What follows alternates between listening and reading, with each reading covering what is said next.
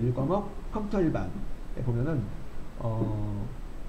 첫 번째 내용이 바로 운영체제라는 건데, 운영체제가 뭐냐면 시스템 소프트웨어로 OS라고도 해요. 그래서 이 운영체제가 하는 역할은 이제 컴퓨터의 하드웨어와 소프트웨어적인 자원을 효율적으로 운영, 관리하여 사용자에게 편리함을 제공한다 라는 거죠. 자, 운영체제라는 개념을 좀 설명드리기 앞서서 이 계보를 한번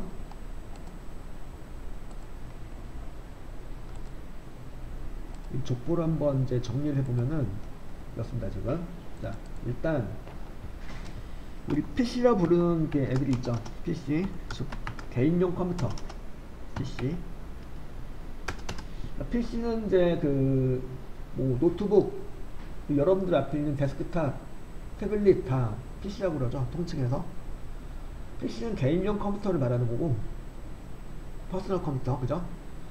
이런 PC라 불리는 것들의 공통점 바로 하드웨어와 소프트웨어로 구성되어 있다는 거예요. 공통점은 하드웨어는 쉽게 말해서 전원 꺼져 있어도 볼 수 있는 애들, 컴을 이루는 그 몸체들 있죠. 이 모니터라든가 본체, 키보드, 마우스 이런 것들은 다 전원이 꺼져 있어도 볼 수가 있어요. 근데 이제 소프트웨어는 뭐냐면 이 전원 켜가지고, 컴퓨터 전원 켜가지고 부팅을 해야지 볼 수 있는 애들이죠. 부팅을 해야지 소프트웨어 안에 이제 요 컴에 깔려있는 소프트웨어가 어떤 소프트웨어인지를 볼 수가 있죠. 거기에 운영체제도 포함되고요. 소프트웨어에. 어쨌든 하드웨어와 소프트웨어로 구성되어 있는 거고, 또 소프트웨어를 먼저 보면은 소프트웨어란 친구는 그 두 가지로 이제 구분할 수가 있어요. 소프트웨어는 그 컴에 전원 켜가지고 부팅을 해야지 볼 수 있는 그 애들이라고 그랬죠.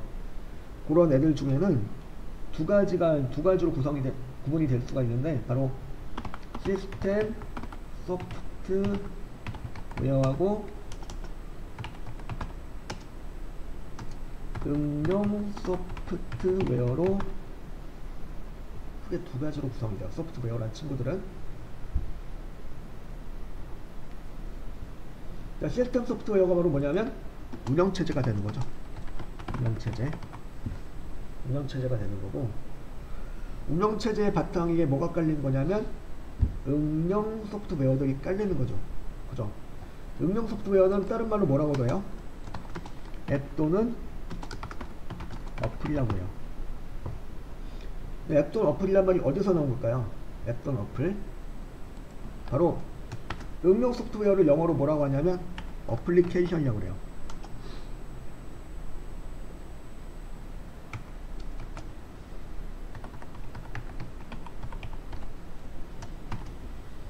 응용 소프트웨어를 다른 말로 영어로 어플리케이션이라고 부르는데, 어플리케이션의 어플까지 읽은 용어가 되겠죠. 어플이란 말은. 앱은 이제 app까지만 읽은 거죠. app.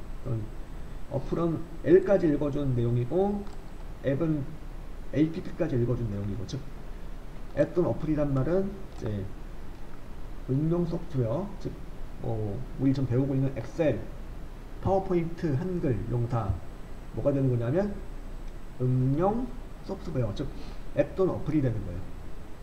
그래서 이제 어플리케이션이라는 그 용어를 갖다가 이렇게 줄여서 앱 또는 어플로 부르고 있다는 거. 그래서 앱 또는 어플이라는 건 바로 응용 소프트웨어를 의미하는 용어라는 거. 그 운영체제는 그래서 이런 이제 시스템 소프트웨어라는 그 내용이고, 이런 역할을 한다 이거죠. 여기 보면은 시스템 소프트웨어로서 OS라고도 해요. 오퍼레이팅 시스템. 그리고 이제 말씀드린 대로 이제 컴퓨터 하드웨어와 소프트웨어적인 자원을 효율적으로 운영 관리하여 사용자가 편리하게 컴을 사용할 수 있도록 해준다는 거죠. 즉 사용자가 컴퓨터를 사용할 수 있도록 다리 역할도 하고 여러가지 역할을 하는 친구죠. 대표적인 예가 지금 여러분들 사용하고 계신 윈도우즈 10이 되는 거예요.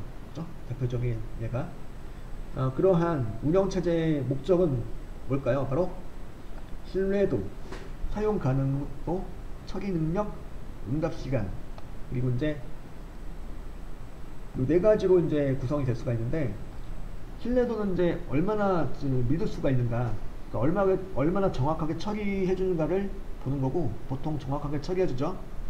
사용 가능도, 시스템 얼마나 빠르게 사용할 수 있는가를 이제 말하는 거고, 처리 능력, 일정 시간 동안 처리하는 일의 양으로서 시스템의 생산성을 나타내는 단위이고, 응답 시간, 컴퓨터 시스템에서 결과가 얻어질 때까지 시간을 말하는 거고, 운영체제는 요 네 가지 모두 다 잘 지원해주고 있죠. 일단은 결과가 믿을만해요. 신뢰성이 있어요. 그리고 정확하게, 일단 컴퓨터는 거짓말을 하지 않기 때문에 잘못된 결과를 도출하지 않죠. 예를 들어서 엑셀에서 1 더하기 3을 찍었다, 수식으로 4가 나오겠죠. 그런 식으로 이제 정확하게 계산해서 결과를 도출해주기 때문에 믿을만하고, 그죠? 그리고 빠르게 사용할 수 있고, 그죠? 조금 이제 우리가 그 작업을 빠르게 처리하기 위해서 컴퓨터를 사용하는 거죠. 사실은 엑셀을 사용하는 이유도 뭐예요? 엑셀을 사용하는 것도 왜 사용하는 거냐면 엑셀의 그 기능을 활용하기 위해서.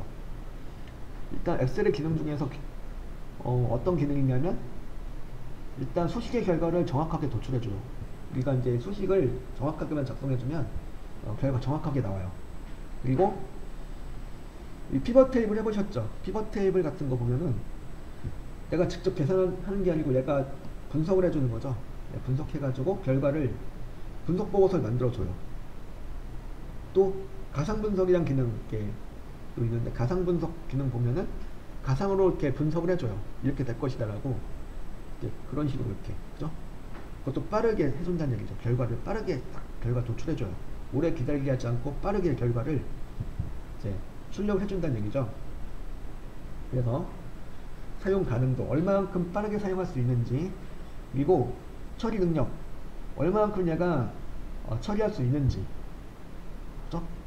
내가 이제 입력한 명령을 갖다가 얘가 얼마만큼 이제 많이 처리할 수 있는지, 효율적으로 처리할 수 있는지, 정확하게 처리할 수 있는지, 그런 거, 처리 능력. 그리고 응답 시간, 응답 시간도 어때요?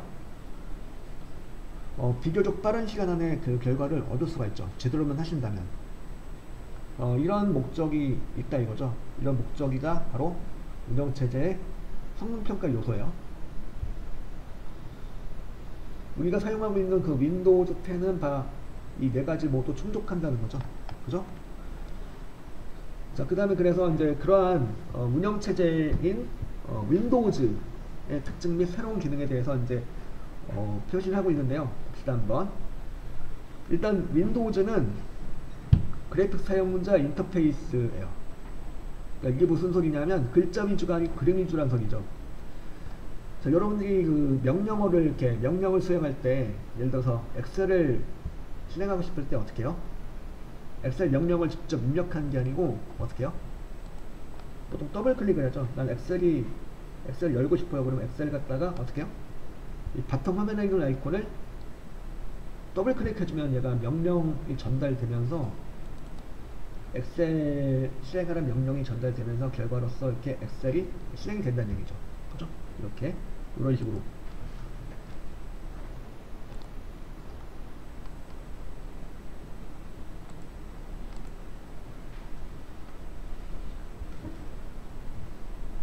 마우스로 아이콘이나 메뉴를 사용하여 명령을 내리고 작업을 수행할 수 있다는 거죠. 그러니까 여러분들이 직접 명령어를 그 글자로 입력해서 하는 게 아니고, 이렇게 아이콘을 더블 클릭한다든가 그렇게 해가지고 메뉴를 클릭해가지고 이제 명령을 이렇게 입력할 수 있고 작업을 수행시킬 수 있다는 얘기죠.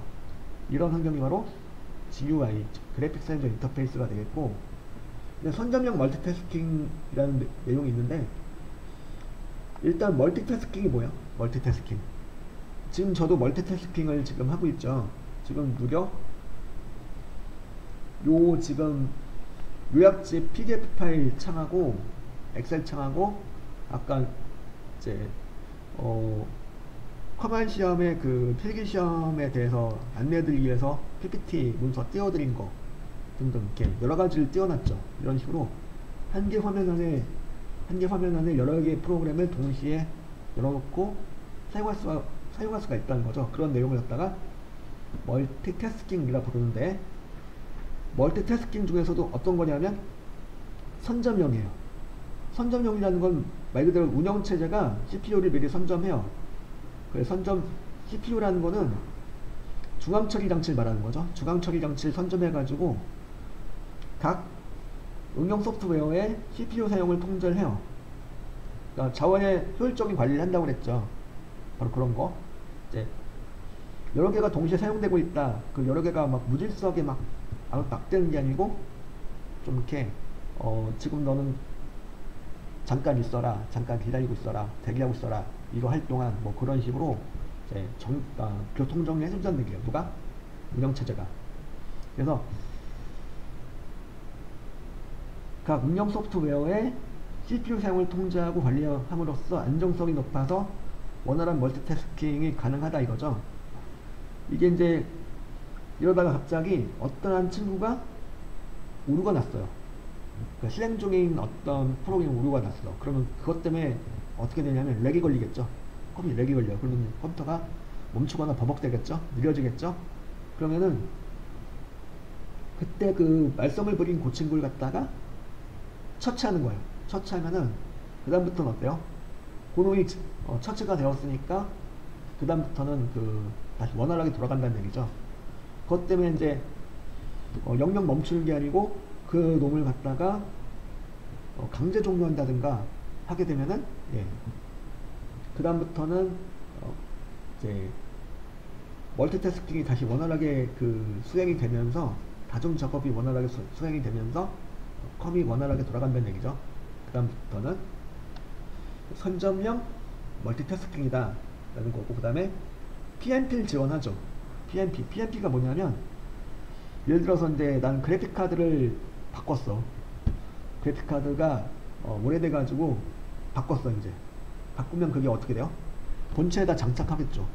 본체를 열고 그래픽카드를 다시 새 걸로 갈아 낄 거예요. 이전 거는 제거하고 새로운 그래픽카드를 장착했다 그러면은 그걸 갖다가 인식한다는 얘기죠. 누가? 운영체제가, 윈도우즈가 그걸 새롭게 설치한 그래픽카드를 인식한다는 거예요. 그래가지고 장치 드라이버를 쉽게 설치할 수 있고, 이런 식으로 해서 새로운 주변 장치를 쉽게 연결할 수가 있어요.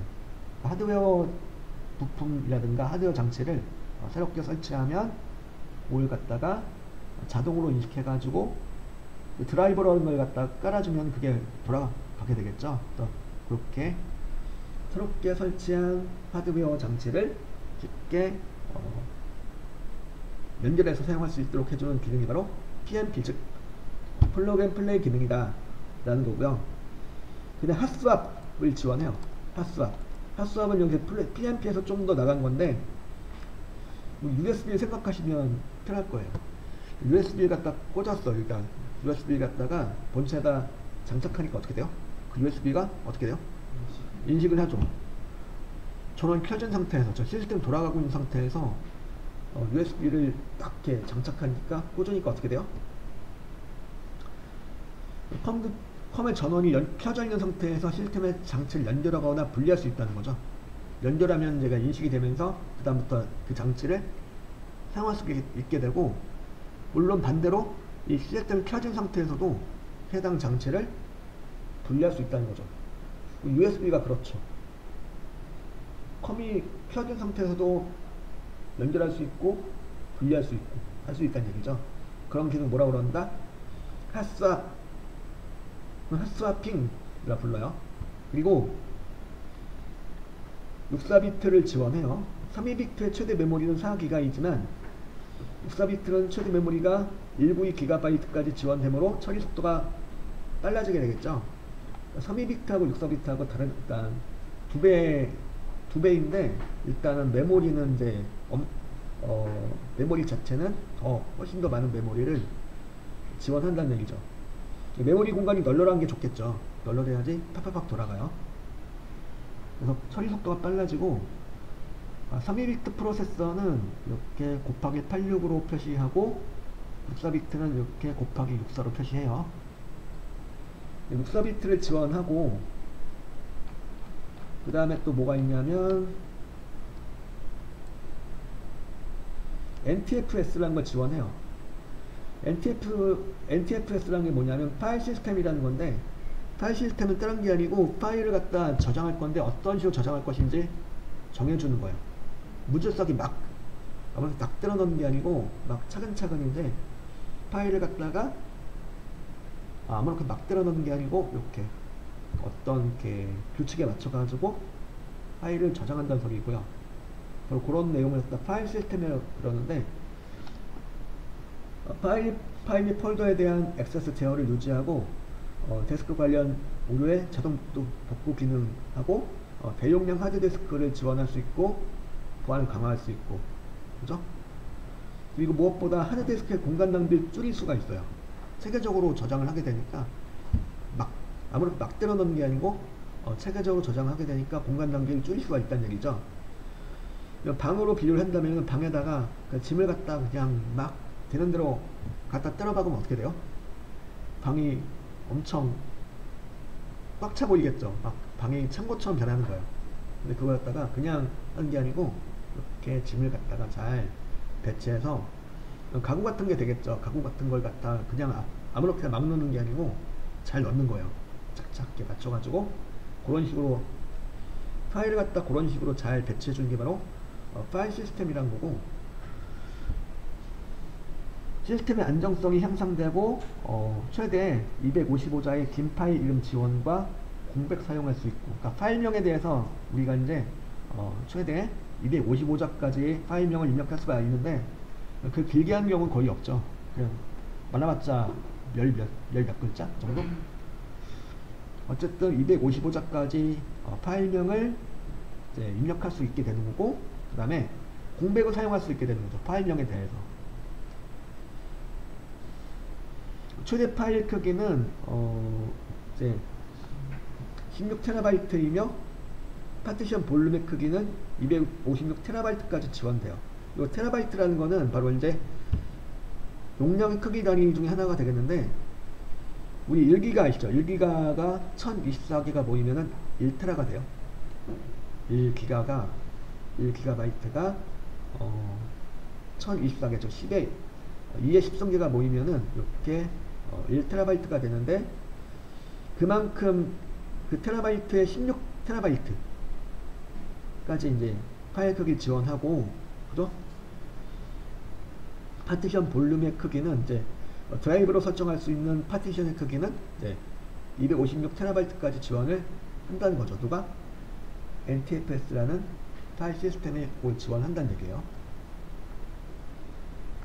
그리고 에어로피크 기능을 이렇게 지원하고 있죠. 에어로피크가 뭐냐면, 여러분들 여기 밑에다 싹 갖다 대보면은 미리 보기가 이렇게 나와요. 실행 중인 작업 표시줄의 그 아이콘에다 싹 갖다 대면 미리 보기가 썸네일로 나오는 게 바로 에어로피크 중에 하나가 되는 거죠. 이게. 그리고 또 뭐가 있냐면, 여기 그 작업 표시줄의 오른쪽 끝에 보면 세로막대처럼 생긴 애가 있는데, 그 단추를 클릭하면 이렇게 세로막대 모양의 줄 같은 걸 클릭하면은 이렇게 바탕화면 빠르게 보기가 돼요. 현재 실행 중인 창들이 다 한 방에 최소화가 되는 거예요. 다시 걔를 갖다가 또 눌러주면 원위치가 되는 거고, 이렇게 원위치가 된 거죠. 이것도 에어로피크가 되는 거예요.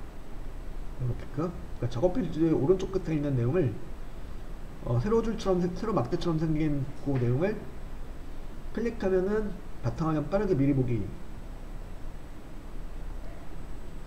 그러니까 작업 표시 오른쪽 끝에 바탕화면 보기에 마우스 포인터 위치시키면 바탕화면에 일시적으로 나타나고, 바탕화면 보기를 클릭하면은 모든 창이 최소화되면서 바탕화면이 표시가 되고, 다시 클릭하면 모든 창이 다시 복구가 돼요. 또한 이것도 이제 이렇게 갖다 대면은 요것도 해당돼요. 에어로피크에 이거 갖다 대시면은 실행 중인 창의 내용이 미리 보기로 보이는 것도 에어로피크입니다. 얘도.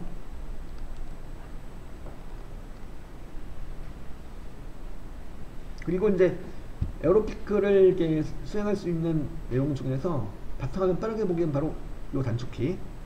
요 단축키 바로 뭐냐면 이게 뭘까요? 이건 알파벳 T인데 요건 뭐예요? 앞에 있는 거. 이건 바로 창 모양. 키가 있죠. 키보드에 보면. 로고 키라고 그러는데 로고 키하고 알파벳 T를 같이 눌러주면 다시 이제 에어로피크 중에서 바탕화면 빠르게 보기가 수행이 되고 다시 로고 키하고 T를 또 눌러주면 다시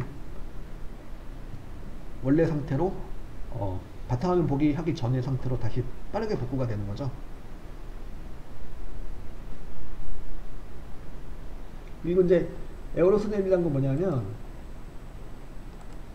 에어로스냅이라는 기능도 있는데 이렇게 이제 이렇게 드래그 하다 보면 이렇게 드래그를 하시다 보면은 전체 화면 모드로 된다거나 이렇게 지목 표시줄을 잡고 드래그를 하시다 보면은 이렇게 이제 얘가 팍 이렇게 이제 살짝 그러니까 부딪히듯이 얘를 창을 갖다가 딱 갖다 대면은 물결 모양이 나오면서 이 창이 어떻게 돼요? 전체 화면 모드로 나오게 되는 거. 이런 것들을 말하는 거죠. 에어로 스냅이라는 기능도 있고 에어로 쉐이크라는 기능도 있어요. 근데 에어로 피크 기능을 좀 잘 봐두시면 좋을 것 같고 에어로 스냅, 에어로 쉐이크까지는 모르셔도 좋은데 에어로 피크에 대해서는 좀 알아두실 필요가 있어요. 에어로 피크. 그리고 라이브러리라는 게 있죠. 라이브러리는 뭐냐면 여러분들 이렇게 내 PC 창을 열어 보시거나 하면은 왼쪽에 보이는 앱이 있죠. 즐겨찾기, 바탕화면, 다운로드, 문서 이거 다 뭐요? 이게 다 라이브러리.